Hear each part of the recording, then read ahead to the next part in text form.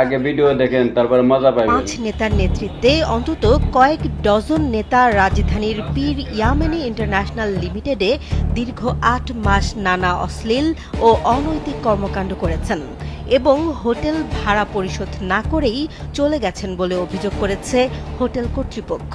Hotel কর্তৃপক্ষের দেয়া তথ্য অনুযায়ী এনসিপির ওই 5 নেতা হলেন ইঞ্জিনিয়ার এস.এম. শাহরিয়ার, সাদেক মির্জা, মিরাসাত হোসেন হিমেল, সাখাওয়াত হোসেন ও তাওসেফ। এর মধ্যে ইঞ্জিনিয়ার এস.এম. শাহরিয়ার ঢাকা মহানগর দক্ষিণ শাখার সদস্য সচিব।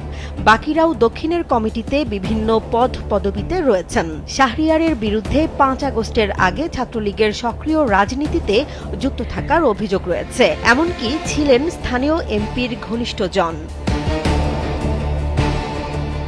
কালবেলার হাতে আসা নথিপত্র এবং ভিডিও বিশ্লেষণ করে দেখা যায়, রাজধানীর বঙ্গবন্ধু অ্যাভিনিউ এলাকার আবাসিক হোটেল পীর ইয়ামেনী হোটেলে ঢাকা মহানগর দক্ষিণের সদস্য সচিব ইঞ্জিনিয়ার এস.এম. শাহরিয়ার সহ 5 নেতার নেতৃত্বে কয়েক ডজন নেতাকর্মী 2025 সালের 25 জুলাই থেকে 2026 সালের 12 ফেব্রুয়ারি পর্যন্ত হোটেলের 725 ও 727 নম্বর কক্ষে অবস্থান করেন। প্রতিটি কক্ষের দৈনিক ভাড়া ছিল 3,000 টাকা। সে হিসেবে মোট বকেয়া দাঁড়িয়েছে 11,93,200 টাকা।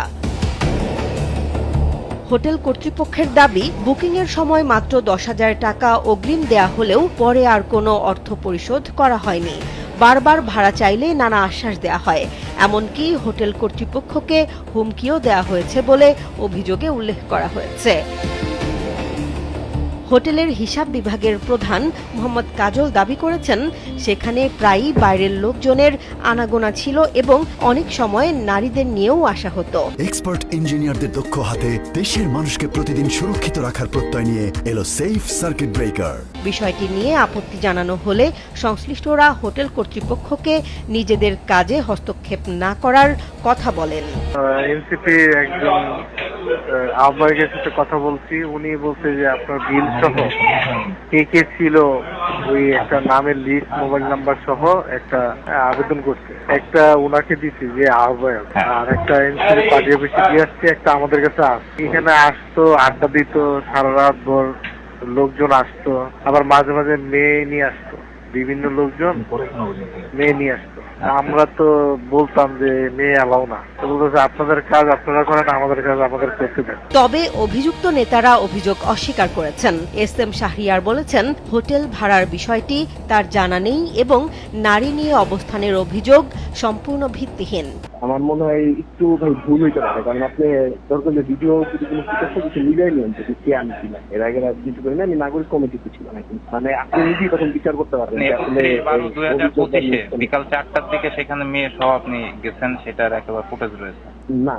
অন্যদিকে সাদেক মির্জা ও সাখাওয়াত হোসেনও দাবি করেছেন, তারা আর্থিক বিষয় সম্পর্কে অবগত নন। আর মিরাসাত হোসেন হিমেল জানিয়েছেন, তিনি ওই হোটেলে গিয়েছেন কিনা সেটিও তার মনে নেই। হ্যাঁ, আমাদের ওইখানে চলে দুইটা রুমের মধ্যে আমাদের কয়েকজন ছিল, তো ওই পলিটিক্যাল কারণে বিভিন্ন আন্দোলনের সময় ছিল, তো আমি তখন ওই যে দু একবার দেখা করতে গেছিলাম। আমি এখানে কখনো থাকিনি, এটার ব্যাপারে আমি টোটালি অবগত না ভাই। এ বিষয়ে এনসিপির আহ্বায়ক নাহিদ ইসলাম বলেছেন, অভিযোগটি দলের শৃঙ্খলা কমিটির কাছে পাঠানো হয়েছে। তদন্ত প্রতিবেদন পাওয়ার পর সাংগঠনিক নিয়ম অনুযায়ী প্রয়োজনীয় ব্যবস্থা নেওয়া হবে।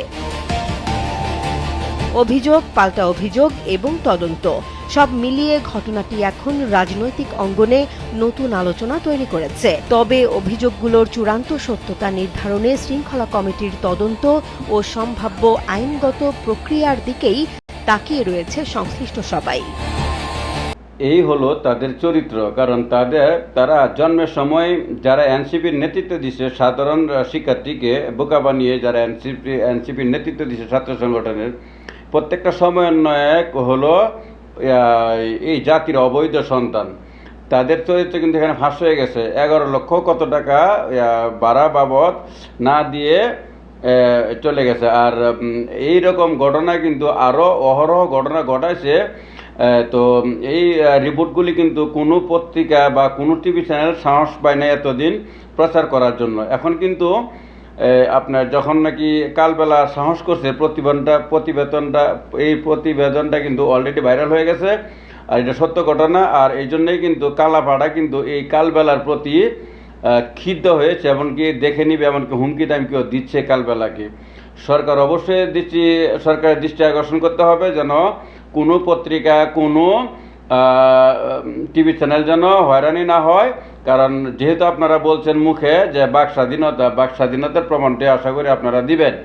কারণ বিএনপি একটা মুক্তিযুদ্ধ সংগঠন দল, অবশ্যই তাদেরকে বাক স্বাধীনতার এই যে এটা সাংবাদিকদের দিতে হবে।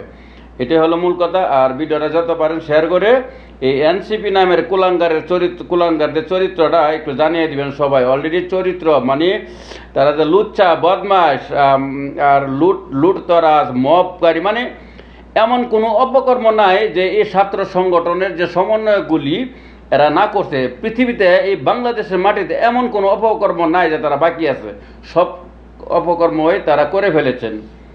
ভালো থাকবেন সবাই। আমি আর রাগে খুবই কিছু বলতে পারতেছি না।